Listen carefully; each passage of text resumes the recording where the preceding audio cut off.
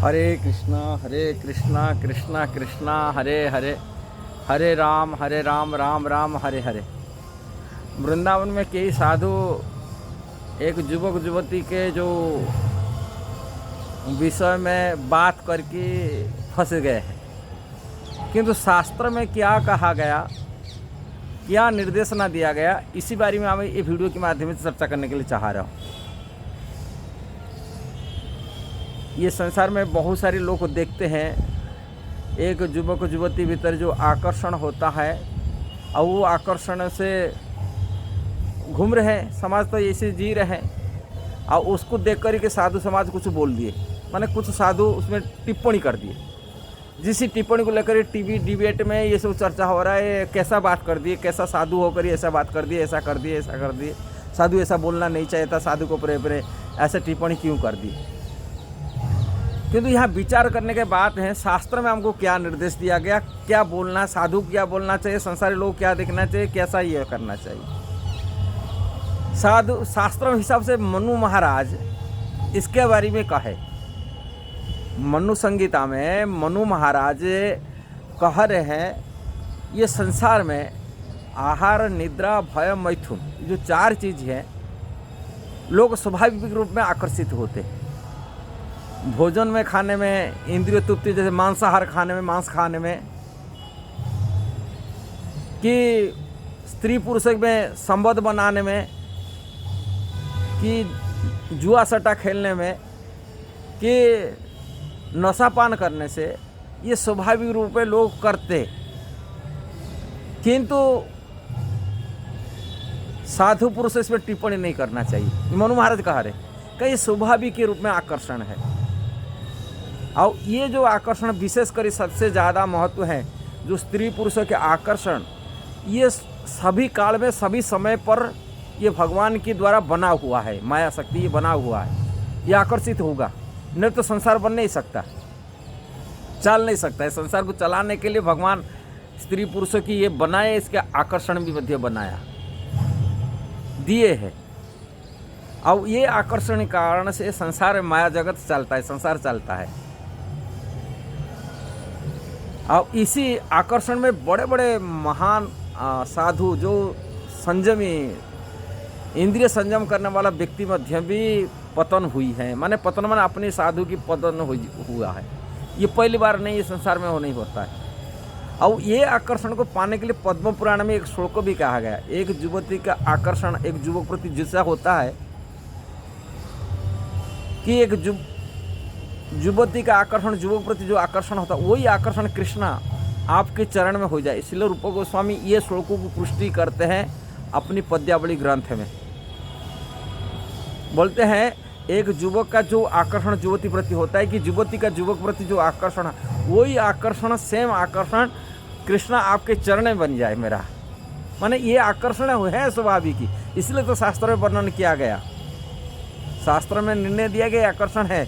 और इसी आकर्षण के कारण से, स्त्री पुरुष आकर्षण करने से, यदि कोई आत्मसंयमी व्यक्ति है संसार में, साधु वही बनता जो ये आकर्षण से वंचित ही रहता है, ये आकर्षण से प्रभावित नहीं होता। आकर्षण तो होता है किंतु उसमें प्रभावित नहीं होता है।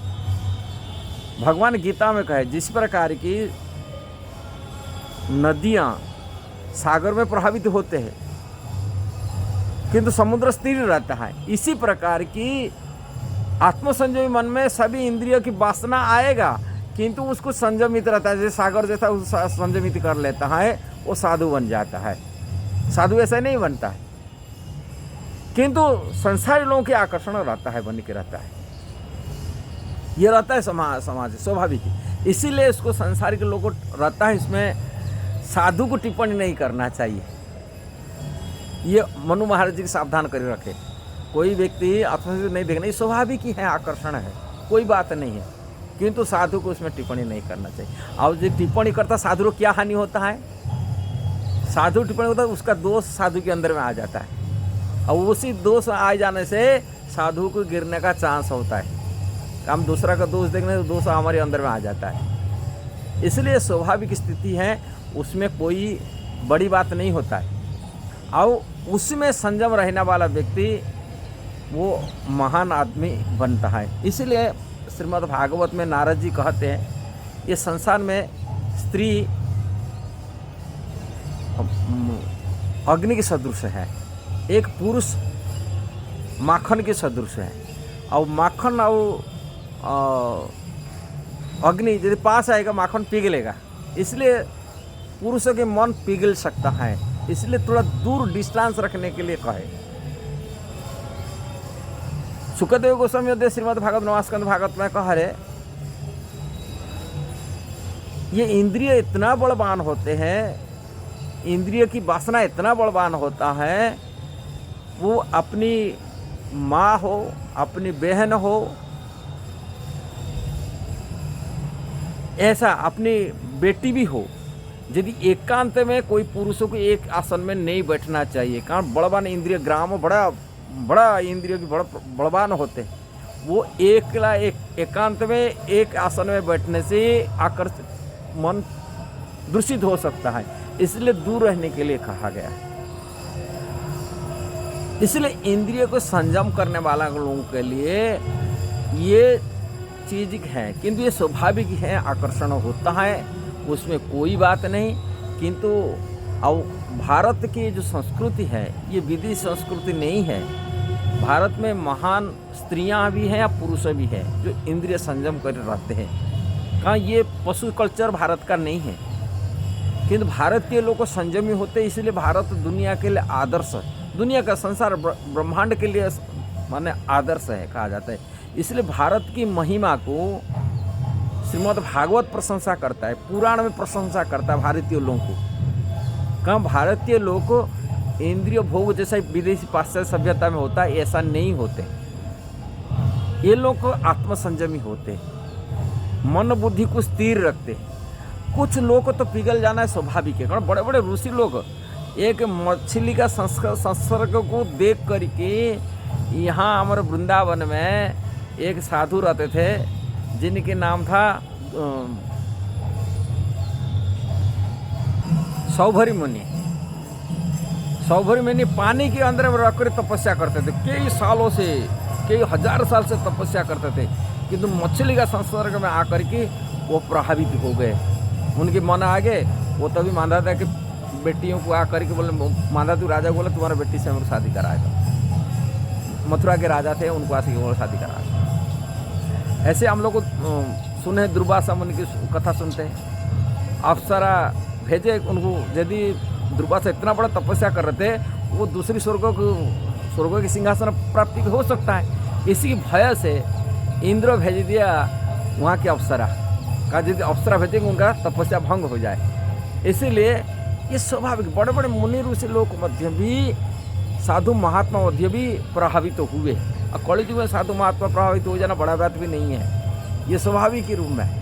इसलिए ये आकर्षण है। इसलिए जो आत्मसंयमी क्षेत्र में जाने वाले व्यक्ति हैं, जो अपने की आत्मनिग्रह करते हैं, शरीर को इंद्रिय तृप्ति से, वासना से दूर रहते, उन लोगों के लिए ऐसा चीज़ को देखना, स्त्री पुरुष होते स्वाभाविक है, इसलिए आकर्षित उनसे टीका टिप्पणी नहीं करना चाहिए। यदि हम उसमें टिप्पणी करते पुण्य साधु के मन दूषित हो जाता है। इसलिए ये स्वाभाविक ही है, भगवान का ये माया शक्ति ये संसार में लगा है आकर्षण। ये युवक का युवती प्रति आकर्षण होना, एक युवती का युवक प्रति आकर्षण होना, युवक युवती प्रति आकर्षण होना, ये स्वाभाविक ही क्रिया है, इसलिए बड़ी बात नहीं। किंतु हम विवाह, भारतीय कल्चर, भारतीय संस्कृति से वैवाहिक संबंध बनाना है, स्त्री पुरुष रहना है, काम वासना है, इसलिए संतान उत्पत्ति के लिए विवाह करके अपनी पारिवारिक जीवन बिताए। व्यभिचार जीवन बिताने के लिए शास्त्र मना करता है कि व्यभिचार जीवन को बिताने से संसार समाज पूरा पॉल्यूशन हो जाएगा, माने संतान जो हमारा पैदा होगा, उत्पन्न संतान हमारा वंश परंपरा में और पिंडदान के लिए अधिकारी नहीं बन पाएगा। थोड़ी समाज में माने बड़ी दुर्भाग्य दुर्दशा आ जाएगा, जैसे भगवती गीता में अर्जुन कहते। इसीलिए कहता है आकर्षण है, वो आकर्षण को एक स्त्री में, एक पुरुष में आकर्षित बांधिए की रहे, जिससे समाज में पॉल्यूशन न बने, नष्ट माने अपनी मन खराब न हो जाए, दूषित न हो जाए। वास्तविक स्त्री जो होते हैं वो माया से बचाता है, हमारा काम वासना को कंट्रोल करते हैं, जो हम वैवाहिक जीवन करते हैं। ये बड़ा ये है। अब पुरुष एक जार विभावित होते तभी समाज में श्रृंखलित जीवन मिलता है, कि डिसिप्लिन लाइफ बनता है। इसलिए कहा जाता है, शास्त्र में नियम कानून बताया गया। यदि वीडियो सही लगा जरूर उसको शेयर करना, सब्सक्राइब करना, लाइक कमेंट देना। हरे कृष्णा।